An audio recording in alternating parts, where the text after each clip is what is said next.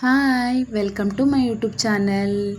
ಬೆಳಗ್ಗೆನೇ ಬೇಗ ಎದ್ಬಿಟ್ಟು ಹಾಸಿಗೆ ಎಲ್ಲ ಕ್ಲೀನ್ ಮಾಡ್ಕೋತಾ ಇದ್ದೆ. ಯಾಕಂದರೆ ಇವತ್ತು ಮಂಗಳವಾರ ಆಗಿರೋದ್ರಿಂದ ಬೇಗ ಕಸ ಎಲ್ಲ ಗುಡಿಸ್ಕೊಂಡ್ಬಿಟ್ಟು ದೀಪ ಹಚ್ಕೊಳ್ಳುವ ಅಂತ ಹೇಳಿ ನಾನು ವಿಡಿಯೋ ಮಾಡ್ತಾಯಿದ್ರೆ ಮಧ್ಯದಲ್ಲಿ ನನ್ನ ಮಗ ಕೂಡ ಬಂದು ನೋಡ್ತಾ ಇದ್ದ. ಅಮ್ಮ ಏನೋ ಮಾಡ್ತೋಳೆ ಮೊಬೈಲ್ ತೊಗೊಂಡು ಅಂತ.